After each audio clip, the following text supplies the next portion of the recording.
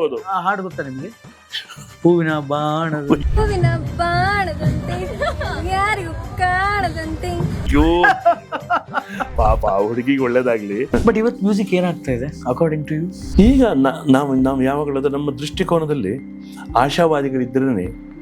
ಆಶಾವಾದಿಗಳಾಗಿದ್ರೇನೆ ನಮ್ಮ ಮನಸ್ಸಿಗೆ ಸ್ವಲ್ಪ ಸಮಾಧಾನ ಜಾತಿ. ಅಲ್ಲೂ ಸ್ವಾರ್ಥವೇ. ಧನಾತ್ಮಕವಾಗಿ ನೋಡ್ಬೇಕಂತ ಎಲ್ಲವನ್ನು ಋಣಾತ್ಮಕವಾಗಿ ನೋಡಿದ್ರೆ ಆಗೋದು. ಆದರೆ ಸ್ಪಷ್ಟವಾಗಿ ಹೇಳ್ಬೇಕಾದ್ರೆ ಋಣಾತ್ಮಕ ಅಂಶಗಳು ಬೇಕಾದಷ್ಟು ಇದೆ. ಈಗ ನೆಗೆಟಿವ್ ಪಾಯಿಂಟ್ಸ್ ತುಂಬಾ ಇದೆ. ಸಡನ್ ಪಾಪ್ಯುಲರ್ ಆಗಬೇಕು. ಈಗ ಏನು ಸ್ವಾಮಿಗೆ ಒಂದು ಜಾತಿ ಹಾಡೋದು, ಅಷ್ಟು ಲೈಕ್ ಬರಬೇಕು, ಇಷ್ಟು ಜನ ಅಪ್ರಿಷಿಯೇಟ್ ಮಾಡ್ಬೇಕು. ಏನು ನನಗಂತೂ ನಾವು ಟೆಕ್ನಿಕಲಿ ವೆರಿ ವೀಕ್. ನಾವು ಒಳ್ಳೆಯದು ಎಲ್ಲೇ ಮಗುವಿನ ಹತ್ರ ಒಂದು ಒಳ್ಳೆ ಟ್ಯಾಲೆಂಟ್ ಇದ್ರೆ ಯು ಶುಡ್ ಅಪ್ರಿಷಿಯೇಟ್ ಇಟ್. ಬೆನ್ನು ತಟ್ಟಿ ಪ್ರೋತ್ಸಾಹ ವಿಷಯ ಅದು ಬೆಳೀತದೆ ಆ ಮಗು. ಅದು ಬಿಟ್ಟು ಒಂದು ಇಷ್ಟು ಅರ್ಹತೆ ಇರೋದನ್ನು ಇಡೀ ಬ್ರಹ್ಮಾಂಡದಲ್ಲಿ ಮಾಡಿ ಈಗ ನಮ್ಮ ರಿಯಾಲಿಟಿ ಶೋಗಳು ಅದೇ ಆಗೋದು. ಇಲ್ಲ ಅಂತ ಹೇಳಿ ಟ್ಯಾಲೆಂಟ್ ಅದನ್ನು ಬ್ರಹ್ಮಾಲೋಕ ಸೃಷ್ಟಿ ಮಾಡಿಬಿಡ್ತಾರೆ. ಏನ್ ಹೇಳ್ತೀರಿ ರಿಯಾಲಿಟಿ ಶೋಗಳ ಬಗ್ಗೆ? ರಿಯಾಲಿಟಿ ಶೋ ಬೇಡ ಅಂತ ಹೇಳೋದಿಲ್ಲ ನಾನು. ಯಾಕಂತಂದ್ರೆ ಒಂದ್ ಕಾಲಕ್ಕೆ ನೀವು ರಿಯಾಲಿಟಿ ಶೋನ ಮಾಡಿದವರು. ನಾನು ಹೆಮ್ಮೆ ಇದೆ ನನಗೆ. I think I may be wrong. ಕನ್ನಡದ ಇದು ಮಾಧ್ಯಮ ಲೋಕದಲ್ಲಿ ರಿಯಾಲಿಟಿ ಶೋ ಫಸ್ಟ್ ಆಂಕರಿಂಗ್ ಮಾಡಿದ್ದೆ ನಾನು ಅಂತ ನನಗೆ. ಅದು ಸಂಗೀತ ಲಹರಿ ಅಂತ ಒಂದು ಕಾರ್ಯಕ್ರಮ ಚಂದನ ವಾಹಿನಿಗೆ. ಆಗ ಎದು ತುಂಬಿ ಹಾಡಿದನು ಕೂಡ ಸ್ಟಾರ್ಟ್ ಆಗಿರ್ಲಿಲ್ಲ.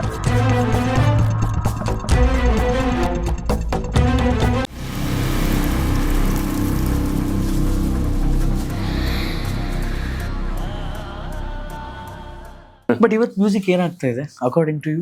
ಈಗ ನಾವು ಯಾವಾಗಲೂ ನಮ್ಮ ದೃಷ್ಟಿಕೋನದಲ್ಲಿ ಆಶಾವಾದಿಗಳಾಗಿದ್ರೇನೆ ನಮ್ಮ ಮನಸ್ಸಿಗೆ ಸ್ವಲ್ಪ ಸಮಾಧಾನ ಜಾತಿ. ಅಲ್ಲೂ ಸ್ವಾರ್ಥವೇ. ಆಶಾವಾದಲ್ಲಿರಬೇಕು ಮತ್ತು ಧನಾತ್ಮಕವಾಗಿ ನೋಡ್ಬೇಕಂತ ಎಲ್ಲವನ್ನು ಋಣಾತ್ಮಕವಾಗಿ ನೋಡಿದ್ರೆ ಆಗೋದಿಲ್ಲ. ಆದರೆ ಸ್ಪಷ್ಟವಾಗಿ ಹೇಳಬೇಕಾದ್ರೆ ಋಣಾತ್ಮಕ ಅಂಶಗಳು ಬೇಕಾದಷ್ಟು ಇದೆ. ಈಗ ನೆಗೆಟಿವ್ ಪಾಯಿಂಟ್ಸ್ ತುಂಬ ಇದೆ. ಏನು ಸಡನ್ ಪಾಪ್ಯುಲರ್ ಆಗಬೇಕು. ಈಗ ಏನು ಸ್ವಾಮಿಗೆ ಒಂದು ಜಾತಿ ಹಾಡೋದು, ಅಷ್ಟು ಲೈಕ್ ಬರಬೇಕು, ಇಷ್ಟು ಜನ ಅಪ್ರಿಷಿಯೇಟ್ ಮಾಡ್ಬೇಕು. ಏನು ನನಗಂತೂ ನಾವು ಟೆಕ್ನಿಕಲಿ ವೆರಿ ವೀಕ್. ನಾವು ಅಲ್ಲ, ನೀವು ರೀಸೆಂಟ್ಲಿ ಸೋಷಿಯಲ್ ಮೀಡಿಯಾ ಫಾಲೋ ಮಾಡ್ತಿದ್ದೀರಾ ಇಲ್ವೋ ಗೊತ್ತಿಲ್ಲ.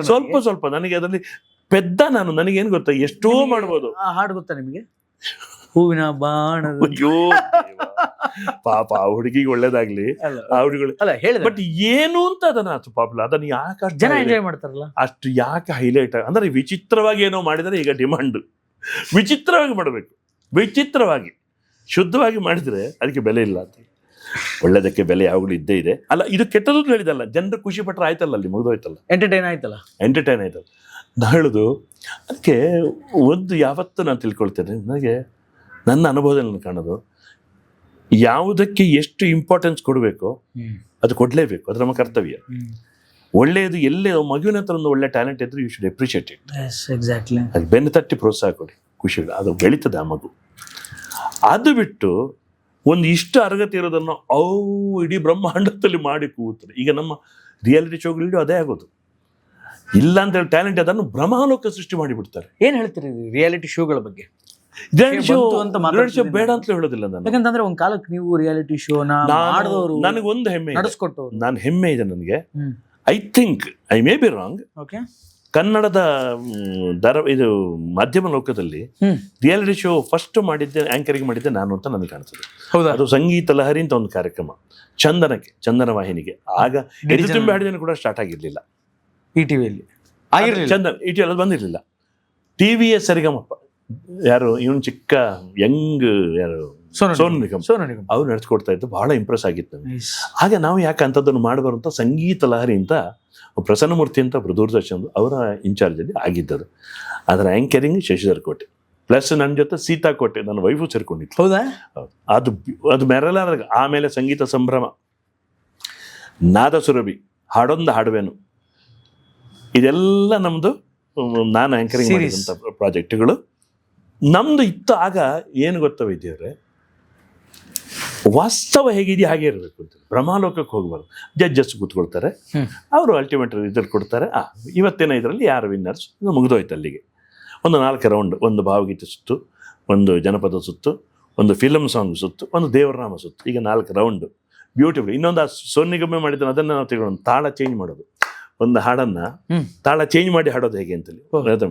ಫಾರ್ ಎಕ್ಸಾಂಪಲ್, ತನುವು ನಿನ್ನದು ನನ್ನ ತಕ್ಕಿಟ್ಟ ತಕ್ಕತಿ, ತನುವು ನಿನ್ನದು ಮನವು ನಿನ್ನದು ಚತುರಶ್ರ ನಡೆಯಲ್ಲಿ Beauty. ಮಿಶ್ರವಾಗಿ ಜೋಸಿ ಈ ಥರ ತಕ್ಕಿಟ್ಟ ತನುವು ನಿನ್ನದು ನನವು ನಿನ್ನ ಉದಾಹರಣೆಗೆ ಫ್ಲೋಕ್ ಸ್ಟೈಲ್. ಯಾವ ಇದು ಕೊಟ್ಟರೆ ಅದನ್ನ ಅವ್ರ ತಾಳಗ್ರಿಪ್ ನೋಡ್ಲಿಕ್ಕೆ ಯೂಶ್ವಲಿ ತಿಶ್ರ ಚತುರಶ್ರ ಖಂಡ ಮಿಶ್ರ ಇದು ಜಾಸ್ತಿ ಬರುತ್ತಲ್ಲ ನಡೆಗಳು. ಅದರಲ್ಲಿ ಹೇಗೆ ಅದೊಂದು ರೌಂಡ್ ಸ್ಪೆಷಲ್ ರೌಂಡ್ ಇತ್ತು, ತಾಳ ಚೇಂಜ್ ಮಾಡೋದು, ತಾಳ ಚೇಂಜ್ ಮಾಡಿ ಹಾಡೋದು. ಅದು ಸೋನು ನಿಗಮ್ ಅಲ್ಲಿ ಮಾಡ್ತಾ ಇದ್ದಾರೆ. ಅಲ್ಲಿ ಮಾಡ್ತಾರೆ ಹಿಂದಿಯಲ್ಲಿ.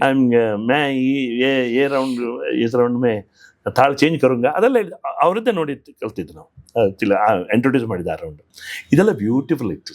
ಈಗಲೂ ಮತ್ತೆ ಎಷ್ಟೋ ರಿಯಲೈಸ್ ಮಾಡಿದ್ದಾರೆ. ನಾನು ಹೇಳೋದು, ನಾನು ಯಾಕೆ ವ್ಯತ್ಯಾಸ ಹೇಳಿದ್ದು, ನಾವು ಯಾವುದೋ ಒಂದು ಭ್ರಮಾಲೋಕ ಸೃಷ್ಟಿ ಮಾಡ್ತಾ ಇರಲಿಲ್ಲ ಅದರಲ್ಲಿ. ಈಗಿನವರು ಸ್ವಲ್ಪ ಓವರ್ ಮಾಡ್ತಾರೆ ಅಂತ ಅಷ್ಟೇ. ಅದು ಒಂದೇ ಮಾತಲ್ಲಿ ಓವರ್. ಅದು ಸಾಧನೆ ನೋಡಿ, ಎಷ್ಟೋ ಮಕ್ಕಳು ಅದ್ಭುತವಾಗಿ ಆಡ್ತಾರೆ, ಎಷ್ಟೋ ಜನ ಮಕ್ಕಳು. ಎಷ್ಟೋ ಮಕ್ಕಳಿಗೆ ಅನ್ಯಾಯ ಕೂಡ ಆಗುತ್ತೆ ಅದರಲ್ಲಿ. ಮತ್ತು ಸೋತವನ ಆ ಒಂದು ಭ್ರಮ ನಿರಸನ, ಸೋತವನಿಗೆ ಆಗುವಂಥ ಒಂದು ನೋವು, ಮತ್ತೆ ಗೆದ್ದವರ ಸಂಭ್ರಮ, ಸೋತವರು ಸೆಲೆಕ್ಟ್ ಆಗಿದ್ರು ಆ ಗೆದ್ದವರಿಗೆ ಆಗೋ ಸಂಭ್ರಮ, ಇದರ ವ್ಯತ್ಯಾಸ, ಇದರ ಒಳಗಿನ ಇದನ್ನು ನೋಡಿದರೆ, ಇದರ ಸೂಕ್ಷ್ಮ ನೋಡಿದರೆ ಈ ಮನಸ್ಸಿಗೆ ಯಾಕೆ ನಿಮ್ಮ ಮಕ್ಕಳಿಗೆ ಅಷ್ಟೆಲ್ಲ ಒಂದು ಪ್ರೆಷರ್ ಕೊಡಬೇಕು. ಪೇರೆಂಟ್ಸು ಸ್ವಲ್ಪ ಹಾಗೆ ಕಲೀಲಿಕ್ಕೆ ಬರುವಾಗ ರಿಯಾಲಿಟಿ ಶೋ ಅಲ್ಲಿ ಯಾವಾಗ ಹಾಡಿಸ್ತೀರಿ, ಯಾವುದಲ್ಲಿ ಹಾಡಿಸ್ತೀರಿ ಅಂತ ಎಷ್ಟೋ ಗುರುಗಳು ನನಗೆ ಟೀಚ್ ಮಾಡೋಕ್ಕೆ ಟೈಮು ಆಗಲ್ಲ, ಅದು ವಿಷಯ ಬೇರೆ. ಎಷ್ಟೋ ಜನಗೆ ನನ್ನ ಯಾವಾಗ ಟಿವಿಗೆ ಯಾವ ಕರ್ಗೆ ಹಾಡಿಸ್ತೀರಿ, ಟಿವಿಯಲ್ಲಿ ಮಕ್ಕಳು ಸರಿಗಮಲ್ಲಿ ಹಾಡಬೇಕು. ಅದ್ರಲ್ಲಿ ಇದು ಟಿವಿಯ ಒಂದು, ನಾವು ಟಿವಿಯಿಂದ ಪಡ್ಕೊಂಡವರು. ನಾನು ಮಾಧ್ಯಮದಿಂದ, ಮಾಧ್ಯಮಕ್ಕೆ ವಿರೋಧ ಯಾವುದಿಲ್ಲ. ನಾನು ಹೇಳೋದು, ಸ್ವಲ್ಪ ನಾವು ಓವರ್ ಇಂಪಾರ್ಟೆನ್ಸ್ ಕಮ್ಮಿ ಮಾಡಬೇಕು, ಅಂಡ್ಯೂ ಇಂಪಾರ್ಟೆನ್ಸ್ ಕೊಡಬಾರದು. ಈಗ ನೀವು ಹೂವಿನ ಬಾಣ ಅಂತ ಏನು ಅಂತ ಅಷ್ಟೆಲ್ಲ ಕೊಡ್ತಿದ್ದೆ, ಅದಕ್ಕೆ ಅದನ್ನು ಯಾಕೆ? ಎಷ್ಟೋ ಜನ ರಿಯಾಲಿಟಿ ಶೋ ಇಂದ ಪ್ರಾಣ ಕಳ್ಕೊಂಡವರು ಇದ್ದಾರೆ, ನಿಮಗೆ ಗೊತ್ತಲ್ವಾ?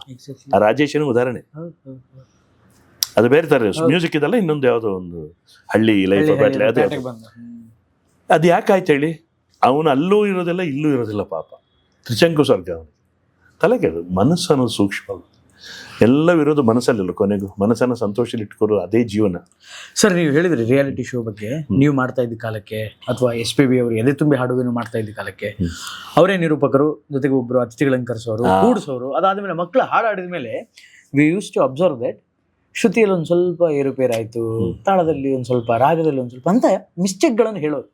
ಸಂಗೀತದ ಜ್ಞಾನ ಇಲ್ಲದೆ ಇರುವಂತಹ ವ್ಯಕ್ತಿಗೂ ಕೂಡ ಶ್ರುತಿ ಅಂದ್ರೆ ಏನು, ರಾಗ ಅಂದ್ರೆ ಏನು, ಚರಣ ಅಂದ್ರೆ ಏನು, ಪಲ್ಲವಿ ಅಂದ್ರೆ ಏನು, ಅದು ಯಾವ ಪಿಚ್ಚಲ್ಲಿ ಹೋಗಬೇಕು, ಏನು ಹೋಗಬೇಕು ಅನ್ನುವಂತಹ ಒಂದು ಮೆಥಮೆಟಿಕಲ್ ನಾಲೆಡ್ಜ್ ಆದ್ರೂ ಬರ್ತಿತ್ತು. ಬ್ಯೂಟಿಫುಲ್. ಬಟ್ ಈಗ ರಿಯಾಲಿಟಿ ಶೋಗಳಲ್ಲಿ ಅದನ್ನು ಹೇಳ್ತಾನೆ ಇಲ್ವಲ್ಲ.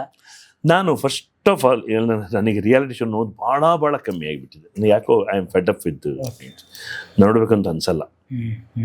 ಯಾಕೆಂದ್ರೆ ನನಗೆ ಹೇಳಿದೆ, ಬಟ್ ನಾನು ನೋಡಿದಾಗೆಲ್ಲ ಈ ಥರದ ಸ್ವಲ್ಪ ಮಸಾಲೆ ಜಾಸ್ತಿ ಆಗಿದೆ ಅಂತ ನಾನು ಸ್ಪಷ್ಟವಾಗಿ ಹೇಳ್ತೀನಿ. ಎಲ್ಲ ನನ್ನ ಫ್ರೆಂಡ್ಸೇ, ಎಲ್ಲ ನನ್ನ ಆತ್ಮೀಯ, ಬೇಡ ಅಂತ ಹೇಳೋದಿಲ್ಲ ನಾನು. ನೀವು TRPಗೋಸ್ಕರ ಅಲ್ವಾ, ಎಲ್ಲಿ ನೋಡಿದ್ರು ಕೊನೆಗೆ ಬರೋದು ಯಾವುದು TRP. ಜನ ಮೆಚ್ಕೊಳ್ತಾರೆ. ಆಯಿತು, ಜನ ಮೆಚ್ಕೊಳ್ತಾರೆ, ಏನು ಬೇಕಾದ್ರೂ ಮಾಡಿ, ನೀವು ಏನು ಬೇಕಾದ್ರೂ ಮಾಡಿ. ವಾತಾಪಿ ಗಣಪತಿಂ ಭಜೆ, ಡಿಶ್ ಅಂತ ಮಾಡಿ. ತಬಲ ಬೇಡ ಅದಕ್ಕೆ, ಬೇರೆ ಡ್ರಮ್ಸಲ್ಲೇ ಹಾಡಿ ಅದನ್ನು. ಜನ ನೋಡ್ತಾರೆ. ಪೀಪಲ್ ಚೇಂಜ್ ಬೇಕು ಸ್ವಾಮಿ. ಈಗ ಎಲ್ಲ ಚೇಂಜ್. ದೀಕ್ಷಿತರು ಮಾತ್ರ ಶಾಪ ಕೊಡ್ತಾರೆ ಅಷ್ಟೇ. ಯಾರು? ಮುತ್ತುಸ್ವಾಮಿ ದೀಕ್ಷಿತರು. ತ್ಯಾಗರಾಜರು ಸಾಮಾಜ ವರ್ಗಮನ ಡಿಶ್ ಅಂತ ಮಾಡಿದರೆ ತ್ಯಾಗರಾಜರು ಶಾಪ ಕೊಡ್ತಾರೆ. ಇಲ್ವಾ ನಮ್ಮಲ್ಲಿ ಮೃದಂಗ ಇಲ್ವಾ, ತಬಲ ಇಲ್ವಾ, ಘಟ ಇಲ್ವಾ? ಅಲ್ಲ, ನಾನು ಹೇಳಿದ್ದೆ ಎಲ್ಲದರಲ್ಲಿ ಮ್ಯೂಸಿಕ್ ನೋಡಿ, ಗ್ಲೋಬಲ್ ಮ್ಯೂಸಿಕ್ ಅಂತ ಬಂದ ಅದನ್ನ ತಕ್ಕಂತೆ ಮಾಡ್ಲಿ. ಅದಕ್ಕೆ ನಾನು ಹೇಳೋದು, ನಾನು ಯಾವುದಕ್ಕೂ ಇರೋದು. ಈಗ ಫ್ಯೂಷನ್, ಎಲ್ಲ ಫ್ಯೂಷನ್ ಇವಾಗ. ನಾನು ಹೇಳೋದು ಒಂದೇ, ಕನ್ಫ್ಯೂಷನ್ ಮಾಡಬೇಡಿ. ಫ್ಯೂಷನ್ ಇರ್ಲಿ. ನಾನು ಫ್ಯೂಷನ್ ವಿರೋಧ ಅಂದ್ರೆ ನನಗೆ ನಾನು ಬೆಳವಣಿಗೆ ಬೇಡ ಅಂತ ಇದೆಯಾ? ನನಗಿದೆಯಾ? ನಾನು ಮಡಿವಂತ ಅಲ್ವೇ ಅಲ್ಲ. ನಾನು ಯಾವುದರಲ್ಲಿಯೂ ಮಡಿವಂತಲ್ಲ. ನಾನು ಮನುಷ್ಯನ ಸಂಸ್ಕೃತಿ ಅದು ಬೆಳೀತಾ ಹೋಗುತ್ತೆ. Change should be for the better. ವೈದ್ಯ ಅವರೇ, ಚೇಂಜ್, ಬದಲಾವಣೆ ಯಾವತ್ತು ಒಳ್ಳೇದಕ್ಕಾಗಬೇಕು. ಇದಿಷ್ಟೇ ನನ್ನ ವಾದ. ಬದಲಾವಣೆ ಯಾವತ್ತು ಎಲ್ಲ ಅಪ್ಲೈ ಮಾಡಿದ್ದು, ಯಾವ ಫೀಲ್ಡಿಗೆ ಬೇಕಾದ್ರೆ ಅಪ್ಲೈ ಮಾಡಿ. ಡಾನ್ಸ್ ಅಂತ ಭರತನಾಟ್ಯ ಶುದ್ಧವಾಗಿರ್ಬೇಕು ತಾನೆ. ಭರತನಾಟ್ಯದಲ್ಲಿ ನೀನು ಎಲ್ಲವನ್ನೂ ಸೇರಿಸ್ಲಿಕ್ಕೆ ಕೊಟ್ಟರೆ, ಕೆಲವು ಜನ ಯಕ್ಷಗಾನದಲ್ಲಿ ಮಾಡ್ತಾರೆ. ಯಕ್ಷಗಾನ ಹಾಡು ಕೇಳಿ ಮಾಡಬೇಕಲ್ಲ. ಯಾವುದೋ ಮ್ಯೂಸಿಕಲ್ಲಿ ಯಕ್ಷಗಾನ ಡ್ರೆಸ್ ಹಾಕಿ ಮಾಡೋದು, ಫ್ಲೂಟ್ ಬಿಟ್ಟಿದೆ, ಅದಕ್ಕೆ ಯಕ್ಷಗಾನ. ನಾನು ಅವ್ರದ್ದು ಹೆದರಿಲ್ಲ, ನೀನು ಅದನ್ನು ನಾವುಡ್ರ ಹಾಡಿಗೆ ಮಾಡಪ್ಪ, ಮಾಡು. ಅಥವಾ ದೊಡ್ಡ ಭಾಗವತರ ಹಾಡಿದೆಲ್ಲ ಅದ್ಭುತ, ಅದಕ್ಕೆ ಮಾಡು. ಯಕ್ಷಗಾನ ಎಂತ ಅದ್ಭುತ ಕಲೆ ರೀ ಅದು. ನಾವೆಲ್ಲ ಯಕ್ಷಗಾನ ಮಾಡ್ತಾ ಇದ್ದವರು. ನನಗೆ ಸ್ವಲ್ಪ ನಾನು ಕನ್ನಡ ಚೆನ್ನಾಗಿ ಮಾತಾಡ್ತೀನಿ ಅಂದ್ರೆ ಹೇಳಿದಲ್ಲ, ಒಂದು ಶುದ್ಧವಾಗಿ ಮಾತಾಡೋ ಒಂದು ಶಕ್ತಿ ದೇವರು ಕೊಟ್ಟಿದ್ದಾನೆ ಅನ್ನೋದಕ್ಕೆ ಯಕ್ಷಗಾನ ಕಾರಣ ಮುಖ್ಯವಾಗಿ. ಆಮೇಲೆ ಯಕ್ಷಗಾನ ಹಾಡ್ತಾ ಇದ್ದು ಅರ್ಥ ಹೇಳ್ತಾ ಇದ್ದವರು ಶುದ್ಧವಾದ ಕನ್ನಡ. ಅದು ಎಂಥದ್ದು ಅದು? ದೊಡ್ಡ ದೊಡ್ಡ ಭಾಗವತರು ಅಷ್ಟೇ. ನಾನು ಚಿಕ್ಕ ಹುಡುಗ ಆಗಿದ್ದ ಯಕ್ಷಗಾನ ವಿಷಯ ಬಂದರೆ ತುಂಬ ಇದೆ ನನಗೆ. ಚಿಕ್ಕ ಹುಡುಗ ಆಗಿದ್ದಾಗ ಐ ಸ್ಟಾರ್ಟೆಡ್ ಮೈ ಯಕ್ಷಗಾನ ಇದು ವಿತ್ ರೋಲ್ ಆಫ್ ಮಾಗಧವಧೆಯ ಭೀಮ. ಶಾಬಾಷ್. ಮಾಗಧವಧೆಯ ಭೀಮ, ಅನುಮಾನವೇನು ಜಿಯೋ ಅಂತದ್ದು ಕುಣದದ್ದು. ಅತಿಕಾಯ ಯಾತಕ್ಕೆ ಮರುಳಾಗೆ ತಾತ ಅದು ಅಲ್ಲಿ ಹೋಗ್ಬೇಕದು ಬಿಚ್ಚು ಆ ಥರ. ಕಲಕವೇ ಲೋಕವಿಖ್ಯಾತ. ನಿಮ್ದೇ ಓನ್ ವಾಯ್ಸ್ ಇರ್ತಿತ್ತ? ಇಲ್ಲ, ಅದು ಭಾಗವತರು. ಯಕ್ಷಗಾನ ನಾನು ಹಾಡುಗಾರಿಕೆ ನನಗೆ ಸುಮ್ಮನೆ ಹಿಂಗೆ ನನ್ನ ಪಾಡಿಗೆ ಆಡ್ತಾ ಇದ್ದೆ ಅಥವಾ ಮತ್ತೆ ಕಂಟಿನ್ಯೂ ಮಾಡಿ. ಯಾಕಂದರೆ ಯಕ್ಷಗಾನ ಸ್ವಲ್ಪ ಏನಾಗುತ್ತೆ, ತುಂಬ ಹೈ ಪಿಚ್ ಆಡಬೇಕು, ನಮ್ಮ ಉಳಿದ ಬೇಸಿಗೆಲ್ಲ ಸ್ವಲ್ಪ ತೊಂದರೆ ಆಗುತ್ತೆ. ಹಾಗಾಗಿ ನಾನು ಯಕ್ಷಗಾನ ಒಂದನ್ನು ಬಿಟ್ಟೆ ಭಾಗವತಿಗೆ. ಅಲ್ಲೂ ಪಂಡ್ರ ಆಗಲ್ಲ, ಅದು ಇದಕ್ಕೆ ಸೆಟ್ ಆಗೋದಿಲ್ಲ. ಅಂದರೆ ಆ ಮೂಡೇ ಬೇರೆ. ನೀವು ಹೋಗ್ಬೋದು ಹೈಯಲ್ಲಿ. ಈಗ ನೀವು ನಮ್ಮ ಯೂಶುವಲಿ ಪಿಚ್ ಯಾವುದಲ್ಲಿದೆ, ಸಿ ಬಿಳಿ ಒಂದು, ಮೀಡಿಯಂ ಪಿಚ್, ಬಿಳಿ ಒಂದು. ಜೆಂಟ್ಸ್ ವಾಯ್ಸಿಗೆ ಯಾವಾಗಲೂ ಕಪ್ಪು ಒಂದು, ಬಿಳಿ ಒಂದು, ಕಪ್ಪು ಒಂದು, ಅಥವಾ ವೈಟ್ 7 ಈ ಥರ ಒಂದು ಮುಕ್ಕಾಲು ಗಟ್ಟೆ ಒಂದು ಗಟ್ಟೆ. ಅವರು ಸ್ಟಾರ್ಟ್ ಮಾಡಿದ್ರೆ ಡಿ ಶಾರ್ಪಿದ್ದು ಸ್ಟಾರ್ಟ್ ಮಾಡ್ತಾರೆ, ಮತ್ತೆ ಇನ್ನು ಮೇಲೆ ಹೋಗಿ ಮತ್ತೆ ಇಲ್ಲಿ ಅದ್ಭುತವಾಗಿ ಹಾಡ್ತಾರೆ. ಅದು ಹಾಡ್ಬೋದು, ನೀವು ಪ್ರಾಕ್ಟೀಸ್ ಮಾಡ್ರೆ ಹಾಡ್ಬೋದು. ಬಟ್ ಇಲ್ಲಿದು ಹೋಯ್ತಲ್ಲ ನಿಮ್ಮ ವೇಸ್, ಇದು ಹರಿವರಾಸನಂ, ಇದು ಕಷ್ಟ ಆಗತ್ತೆ. ಇದಕ್ಕೆ ಈ ಮೂಲತಃ ವಾಯ್ಸನ್ನ ಸ್ವಲ್ಪ ಅಡ್ಜಸ್ಟ್ ಮಾಡಿ ಇದು ಮಾಡೋದಲ್ಲ ಅಲ್ಲಿ, ಅದು ಕಷ್ಟ ಆಗುತ್ತೆ. ಯೂಶ್ವಲಿ ಜೆಂಟ್ಸ್ ವಾಯ್ಸ್ ಯಾವಾಗಲೂ ಆಲ್ಮೋಸ್ಟ್ ಸಿ ಪಿಚ್ಚಿನ ಅತ್ಲಾಗಿ ಇರ್ತದೆ ಯೂಶ್ವಲಿ. ಲೇಡೀಸ್ ಇದು ಒಂದು F ಶಾರ್ಪ್ G ಇದರ ಆ ಕಡೆ ಈ ಕಡೆ ಇರ್ತದೆ ಪಿಚ್ಚು. ಹಾಗಾಗಿ ನಾನು ಅದೊಂದು ಬಿಟ್ಟೆ. ಬಟ್ ಐ ಎಂಜಾಯ್ ಭಾಗವತಿಗೆ ಖುಷಿ. ಯಕ್ಷಗಾನ ನನಗೆ ಎಷ್ಟಂದ್ರೆ ಯಕ್ಷಗಾನ ಕೊನೆಗೆ ನಾನು ಮಾಡಿದ 95. ನನ್ನ ವೈಫು ನಮ್ಮ ಮದುವೆ ಟೈಮಲ್ಲಿ ನನ್ನದೊಂದು ವೇಷ ನೋಡಿದಲ್ಲಿ ಅವಳು ಕರ್ಣ ಪರ್ವತ ಕರ್ಣ. ಎಂಥದ್ದು ಶಿವ ಸಮರದೊಳು ಕೈ ಸೋತೆನಲ್ಲ, ಅಂದು ಸಂಧಾನಕ್ಕಾಗಿ ಬಂದಂಥ ಮಹಾನುಭಾವ ಕೃಷ್ಣ, ನಾನು ಅರಿಯಲೇ ಬಾರದಿದ್ದ ನನ್ನ ಜನ್ಮ ವೃತ್ತಾಂತವನ್ನು ಹೇಳಿ ಅಲ್ಲೇ ನನ್ನ ಅರೆ ಜೀವನನ್ನಾಗಿ ಮಾಡಿಬಿಟ್ಟ ಕೃಷ್ಣ. ಇದು ಯಕ್ಷಗಾನದಂತೆ ಇದೆಲ್ಲ ಎಂಥ ಒಂದು ಕಲೆ ಸಮಯ. ಇದೆಲ್ಲ ಶಿವ ಸಮರದಲ್ಲಿ ಕೈ ಅಲ್ಲಿ ಹಾಡುಗಳು ಅಷ್ಟೇ. ಅದು ಕಂಪ್ಲೀಟ್ ಆರ್ಟ್ ಯಕ್ಷಗಾನ. ತುಂಬಾ ರಿಯಾಲಿಟಿ ಶೋಗಳಿಗೆ ಜಡ್ಜ್ ಆಗಿ ಆಯ್ತು, ಅಥವಾ ಜಡ್ಜ್ ಆಗಿ ನನಗೆ ಜೂರಿ ಮೆಂಬರ್ ಆಗಿ, ಅಂದ್ರೆ ಈ ರಿಯಾಲಿಟಿ ಶೋಗಳಿಗೆ ಇಲ್ಲ, ಕೆಲವು ಜನ ನಮ್ಗೆ ಕರೆಯೋದು ಇಲ್ಲ, ಬಟ್ ಅದನ್ನ ಕರೆದ್ರು ಒಪ್ಪಿಕೊಳ್ಳೋದಿಲ್ಲ, ಜೂರಿಯಾಗಿ ಹೋಗೋದಿಲ್ಲ.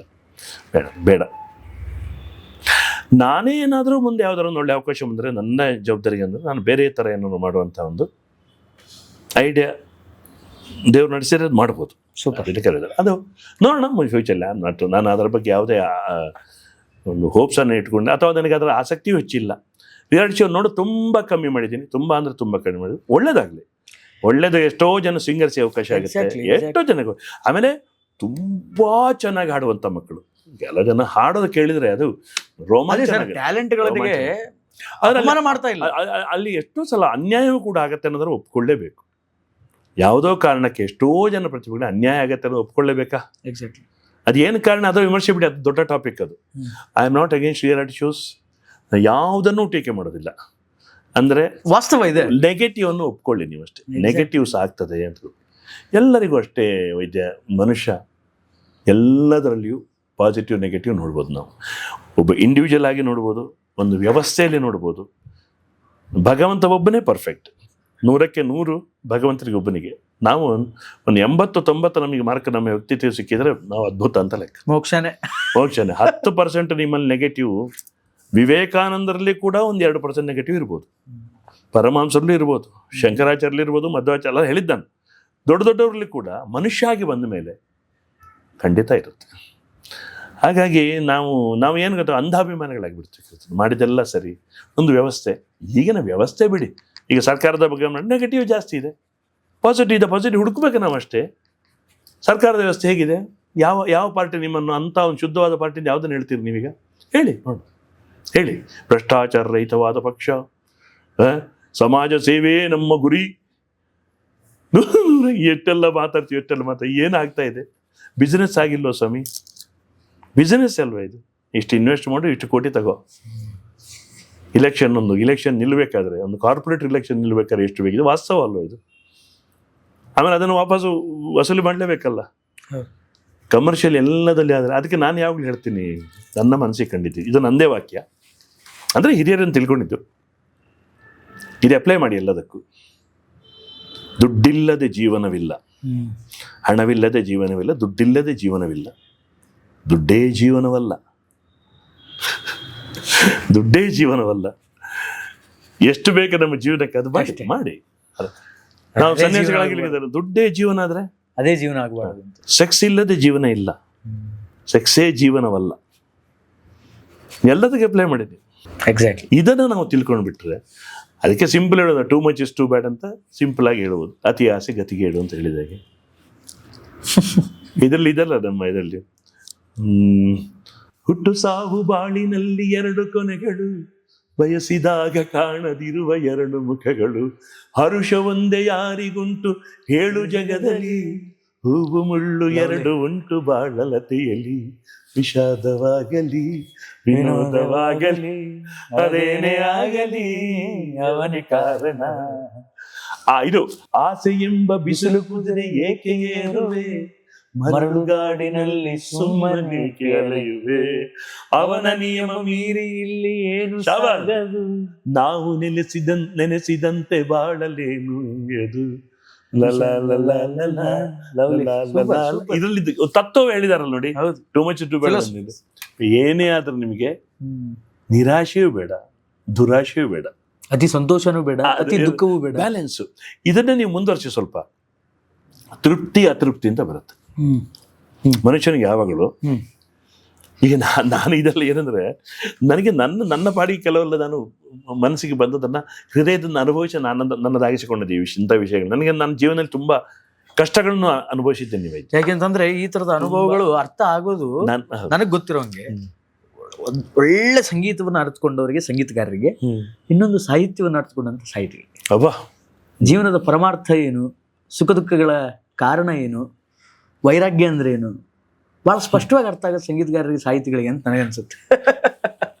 ನೀವು ಚೆನ್ನಾಗಿ ಮಾತಾಡ್ತೀರಪ್ಪ, ನೀವು ಚೆನ್ನಾಗಿ ಕೇಳ್ತಾ ಇರು ಅಂತ ಅರ್ಥ ಆಗ್ತದೆ ನಿಮಗೆ. ನಿಮ್ಮ ಪ್ರವಚನ ಎಲ್ಲ ಕೇಳ್ತಾ ಇರ್ತೀನಿ ನಾನು.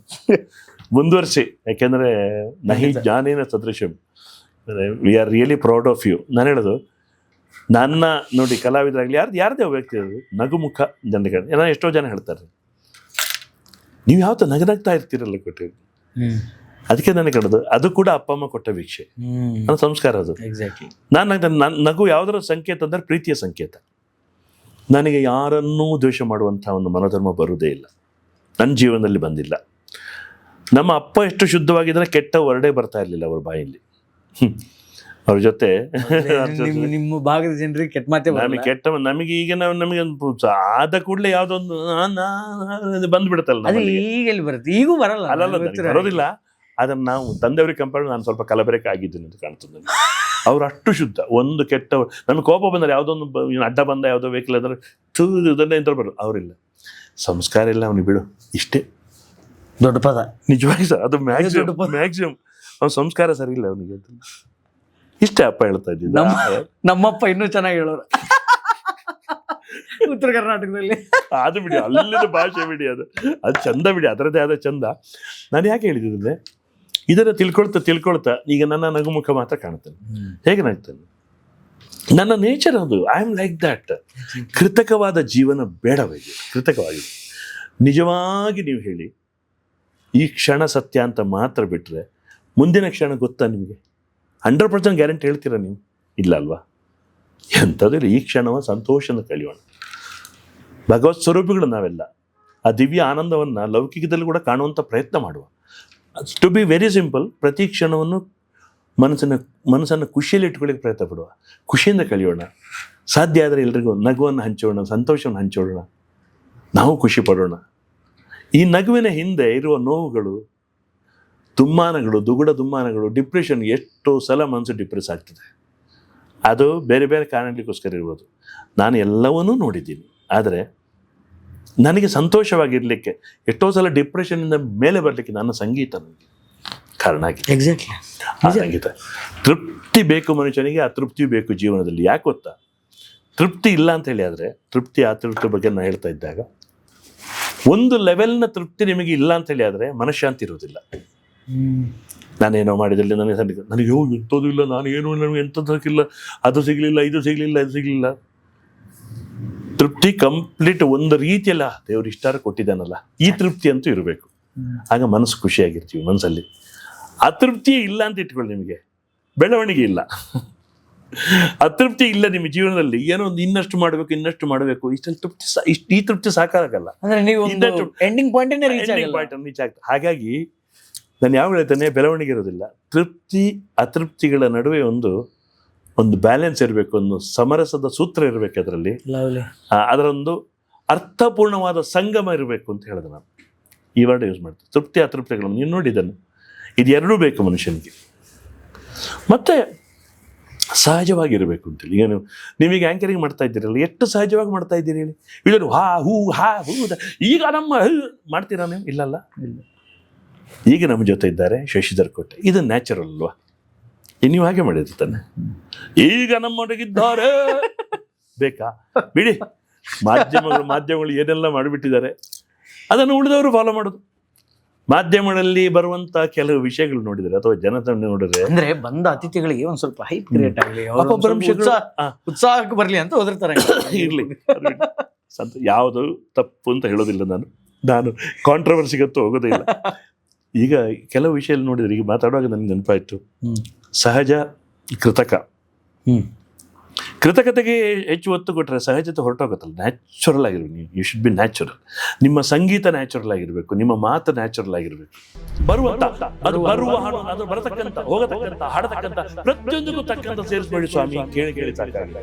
ಎಲ್ಲಿ 90% ಜನ ಹೀಗೆ ಮಾತಾಡ್ತಾರೆ ಸರ್. ಈಗ ದೊಡ್ಡ ಭಾಷಣಗಾರ, ದೊಡ್ಡ ಪ್ರವಚನಗಾರ, ದೊಡ್ಡ ಮಠಾಧಿಪತಿಗಳು, ರಾಜಕೀಯದವ್ರು ಬಿಡಿ, ಅವರಿಗೆ ಏನು ಟಿವಿ ಡಿಸ್ಕಷನ್ ಕೂತ್ಕೊಂಡ್ರಂತೂ ಆ ಪ್ಯಾನಲ್ ಡಿಸ್ಕಷನ್ ಹೆಚ್ಚಿನ 90% ಹಾಗೆ ಮಾಡ್ತಾರೆ. ಇದು ನನ್ನಂತವನಿಗೆ, ನಾನು ಮತ್ತು ನನ್ನಂತವನಿಗೆ ವಿಪರೀತ ಡಿಸ್ಟರ್ಬ್ ಮಾಡಬಾರ್ದು. ಕನ್ನಡದ ಒಳ್ಳೆ ಪ್ರಯೋಗಗಳನ್ನ, ಇದು ಕೆಟ್ಟ ಪ್ರಯೋಗ ಅಂತ ಹೇಳಿಲ್ಲ, ದಯವಿಟ್ಟು ತಿಳ್ಕೊಳ್ಳಿ.